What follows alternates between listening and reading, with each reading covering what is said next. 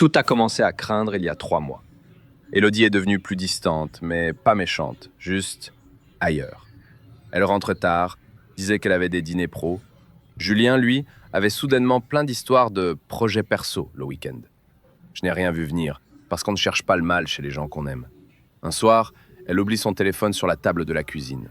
Elle prend une douche, le téléphone vibre. Message de Juju. Hier soir était incroyable. J'ai encore ton odeur sur moi.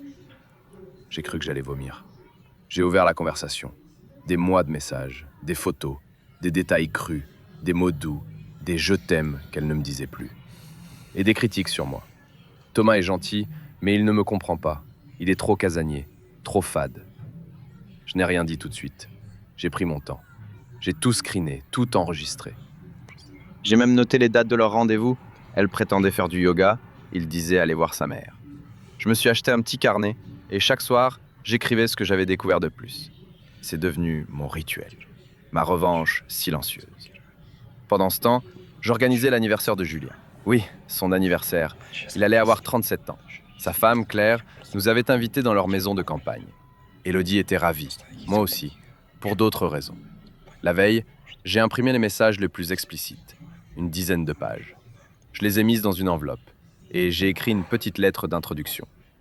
Chers tous, je suis désolé que ce soit à ce moment-là, mais vous méritez de savoir. Julien et Élodie couchent ensemble depuis 8 mois. 6 juin l'épreuve. Je vous laisse juge. Le jour J, on arrive chez eux. Claire a préparé un rôti. Il y a nos 2 enfants qui jouent dans le jardin, sa sœur, son frère, ses parents et 2 de ses potes du lycée. Une vraie petite fête. Moi, je suis calme. Trop calme. Élodie me trouve même détendu. Elle me fait un bisou sur la joue. Je lui souris. Julien me tape dans le dos. « Mon vieux, content que vous soyez là. » Pendant le repas, je m'excuse pour aller aux toilettes.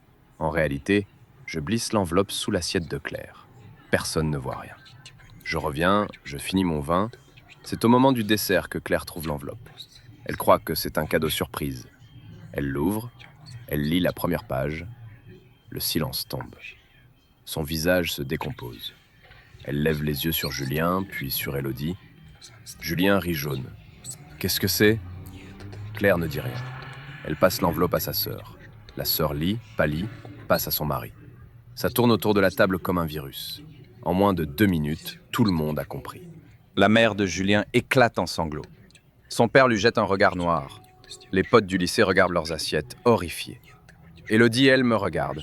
Elle sait. Elle voit mon visage neutre. Elle chuchote. « Thomas, qu'est-ce que tu as fait ?» Je réponds à voix haute. « J'ai juste dit la vérité ? Ça te change de tes mensonges, non ?» 3 semaines ont passé depuis le dîner d'anniversaire. Je suis assis dans mon salon, un café à la main. Et pour la première fois depuis longtemps, la maison est silencieuse. Pas ce silence lourd d'avant, quand je faisais semblant de ne rien savoir. Un silence normal. Mon fils joue dans sa chambre. J'entends son rire. C'est un bruit qu'Élodie ne viendra plus couvrir avec ses appels professionnels le soir. Elle est venue 2 fois. La première, le lendemain. Elle avait une valise, les yeux rouges, des suppliques à peine articulées.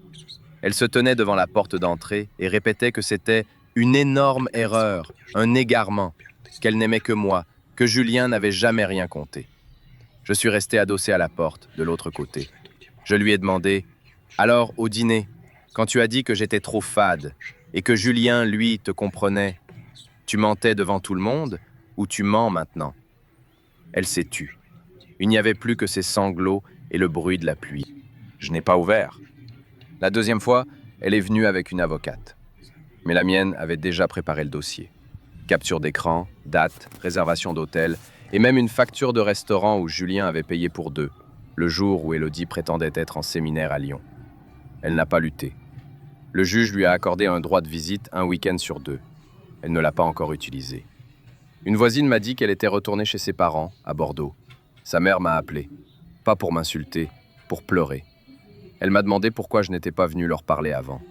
J'ai répondu « Parce que votre fille ne m'a pas laissé de porte de sortie. » Elle m'a laissé un téléphone avec ses mensonges et un lit vide. Julien, mon ex-meilleur ami. Il a essayé de m'écrire, d'abord des menaces, puis des excuses. Son dernier message « Tu as détruit ma famille, t'es content ? Julie est partie avec les enfants. J'espère que tu es fier de toi. » J'ai répondu « Je n'ai rien détruit, j'ai juste enlevé le décor ». Il ne m'a plus jamais écrit. J'ai appris qu'il avait perdu son travail. Pas officiellement à cause du scandale, mais dans une petite ville, les nouvelles voyagent vite.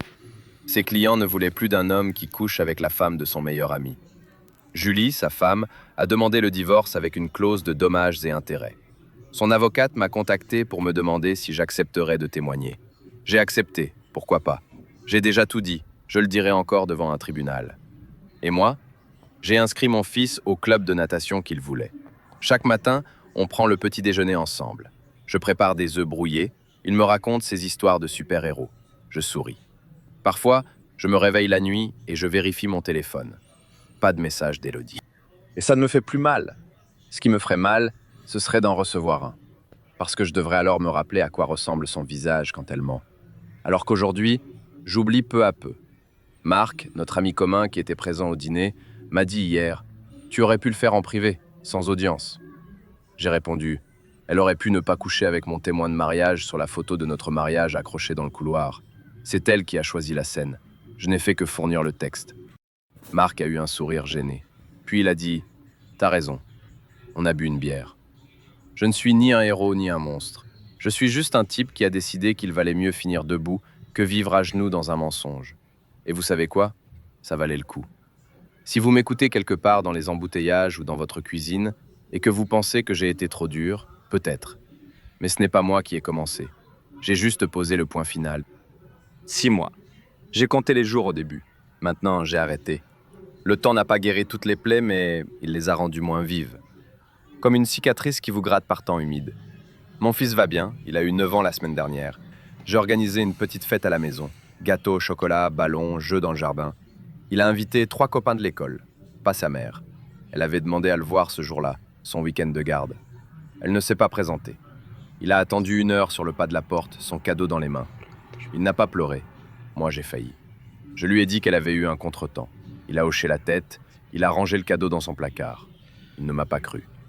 Mais il n'a rien dit, comme moi autrefois. 3 jours plus tard, j'ai reçu une lettre. Pas un message, pas un SMS. Une lettre.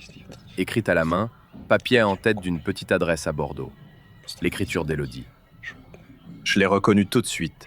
Cette façon qu'elle avait de faire des boucles sur les L et les T légèrement penchées. Je l'ai lu dans l'atelier, assis sur mon établi. Thomas, je ne sais pas par où commencer. Alors je vais essayer d'être honnête pour une fois. Je ne te demande pas de me pardonner. Je ne te demande rien. Je voulais juste te dire que tu avais raison. Ce n'est pas toi qui as détruit notre mariage. C'est moi. Depuis le début. Julien n'était pas une erreur. Il était la conséquence de toutes les petites lâchetés que j'accumulais depuis des années. Je vis chez mes parents. Ma mère ne me parle qu'à table. Mon père détourne les yeux. Je travaille dans une petite agence de pub à Mérignac. Je gagne 3 fois moins qu'avant. Je prends le bus, moi qui ne montais que dans des taxis. Julien, il a disparu. Il ne répond plus à mes appels. Sa femme a demandé une pension pour les enfants et une interdiction de s'approcher du domicile. Il a perdu son boulot, sa maison, sa réputation. Il paraît qu'il boit. Je ne sais pas. Je ne veux pas savoir.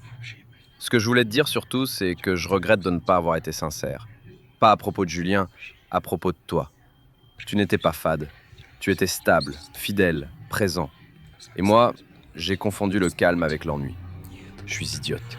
Je sais maintenant. Je vais demander au juge de revoir la garde. Pas pour t'embêter, pour voir notre fils. Je ne veux pas qu'il grandisse sans moi. Mais si tu refuses, je comprendrai. Je n'attends pas de réponse. Je voulais juste que tu saches. Pardon. Non, ne me pardonne pas. Juste sache. Élodie. J'ai relu cette lettre 3 fois. Puis je l'ai posée sur l'établi, à côté d'un morceau de noyer que je polissais pour une commande. Je suis resté un long moment à regarder le bois. Le bois ne ment jamais. Il a des veines, des nœuds, des imperfections, mais il ne triche pas. Je n'ai pas répondu. Je n'ai pas appelé. J'ai appelé mon avocate.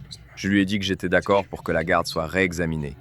À une condition, un juge des affaires familiales supervise la première rencontre et que tout se passe dans un lieu neutre. Pas chez moi, pas chez elle. L'avocate m'a dit « Tu es indulgent ?» J'ai répondu « Non, je suis juste fatigué. Et mon fils mérite de savoir que sa mère n'est pas un monstre, juste une femme qui a fait de mauvais choix. Le rendez-vous est dans 2 semaines.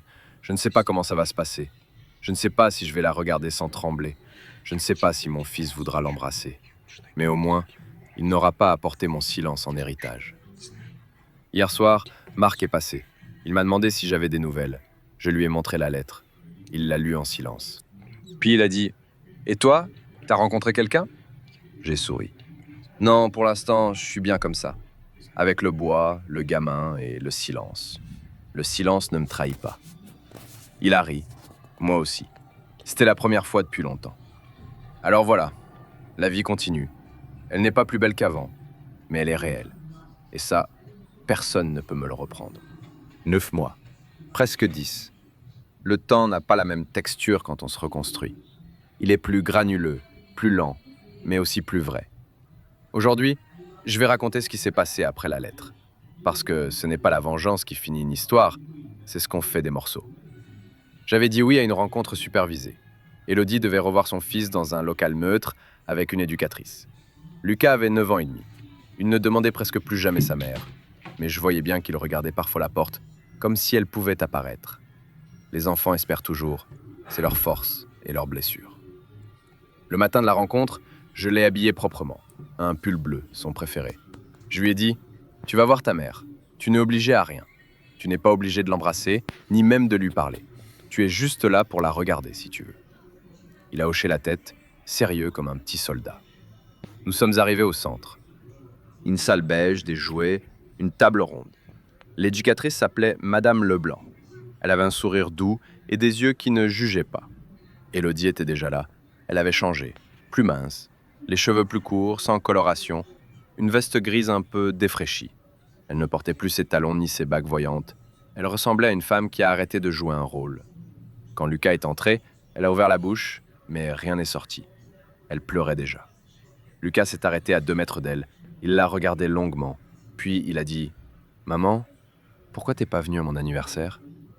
Elle a répondu, la voix cassée « Parce que j'ai eu peur, mon cœur. J'ai eu très peur de ton regard. Je suis désolé. Je suis tellement désolé. » Lucas a réfléchi, puis il s'est approché et il lui a pris la main. Pas pour la rassurer, pour regarder ses doigts, ses ongles sans vernis. Il a dit « T'as plus les mêmes mains ?» Élodie a éclaté en sanglots. L'éducatrice n'a pas bougé. Moi, je suis resté debout près de la porte, les bras croisés. La rencontre a duré 45 minutes. Ils ont dessiné ensemble. Lucas lui a montré son école sur un plan. Elle a écouté, sans couper. Pour la première fois depuis des années, elle l'écoutait vraiment. Quand le temps a été écoulé, Lucas s'est levé. Il lui a fait un bisou rapide sur la joue et il est venu vers moi. Il m'a dit « Papa, elle est triste. » J'ai répondu « Oui, mais ce n'est pas à toi de réparer ça. » Nous sommes sortis. Dans la voiture, il a regardé par la fenêtre longtemps. Puis il a dit « Je veux bien la revoir, un autre jour. » J'ai serré le volant, j'ai avalé ma salive. « D'accord, mon grand, on verra. » Les semaines suivantes, les rencontres sont devenues régulières. Un samedi sur 2. Toujours supervisé au début, puis plus tard au parc, puis au café. Élodie n'a jamais essayé de revenir à la maison. Elle ne m'a pas reparlé d'amour. Elle ne m'a plus écrit de lettres. Elle se contentait d'être là pour Lucas. Parfois, je restais à distance, je les observais. Elle lui apprenait à faire des ricochets sur l'étang. Elle lui lisait des histoires sur un banc. Elle était devenue une mère d'un genre nouveau. Une mère qui ne promet plus rien, mais qui vient. Et moi, j'ai rencontré quelqu'un. Pas par hasard, par le bois. Une cliente qui avait commandé une table en chêne massif. Elle s'appelle Camille. Elle est professeure de lettres dans un lycée. Elle a 38 ans, des lunettes et un rire qui remplit toute la pièce. Elle ne ressemble à personne d'autre. Elle est venue chercher sa table.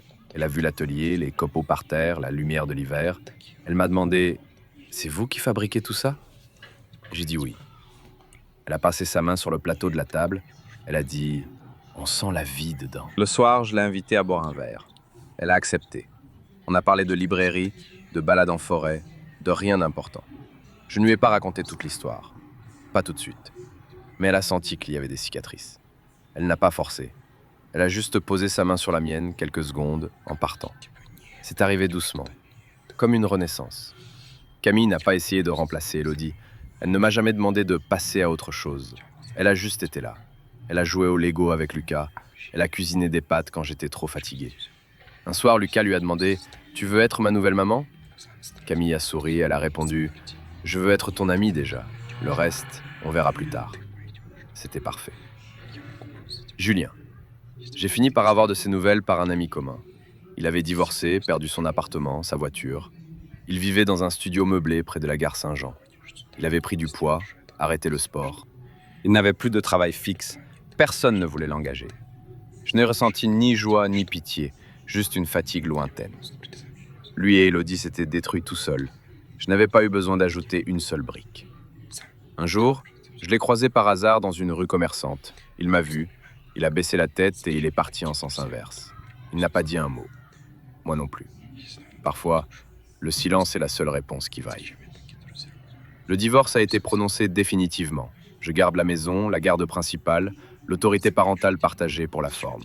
Élodie paie une petite pension qu'elle verse toujours à jour. Ce n'est pas l'argent qui compte, c'est qu'elle ne manque jamais à un rendez-vous. Elle est devenue fiable. Ironie de l'histoire, pour reconquérir son fils, elle a dû devenir la personne qu'elle n'avait jamais été pour moi. Lucas a maintenant 10 ans. Il lit tout seul, il fait du judo. Il a invité Camille à son prochain anniversaire. Il a demandé si sa mère pouvait venir aussi. J'ai dit oui. Parce que Camille et Élodie ne sont pas des amies. Elles sont juste deux femmes que mon fils aime à sa manière. Moi, je n'ai plus à faire semblant. Camille et moi avons pris notre temps. 6 mois de rendez-vous discrets, 1 an avant qu'elle ne dorme à la maison. Lucas l'a adoptée bien avant moi. Un matin, alors que je taillais un morceau de merisier, Camille est entrée dans l'atelier avec 2 cafés. Elle m'a dit « Je vais passer Noël chez mes parents. Tu veux venir? Avec Lucas ?» J'ai posé mon ciseau. J'ai regardé la lumière sur ses cheveux. J'ai répondu « Oui ». Elle a souri. Elle a enlevé ses lunettes. Elle a dit « Je sais d'où tu viens. Ce qui compte, c'est où tu vas. » Je n'ai pas pleuré. J'ai failli. Aujourd'hui, nous vivons ensemble depuis 8 mois. Camille a apporté ses livres, ses plantes, ses poèmes. L'atelier sent le bois, la résine et parfois le café qu'elle oublie sur l'établi. Lucas l'appelle Camille, pas maman. Ça lui va. Il lui a dessiné un cœur sur un post-it, scotché sur son bureau. Élodie vient chercher Lucas tous les mercredis soirs. Elle ne monte jamais. Elle reste dans la voiture. On se dit « Bonsoir, tout va bien ?» comme des étrangers polis. Parfois, je pense à la femme qui riait dans les salons, qui portait du vert foncé et des talons. Je ne la reconnais plus. Elle non plus ne me reconnaît pas.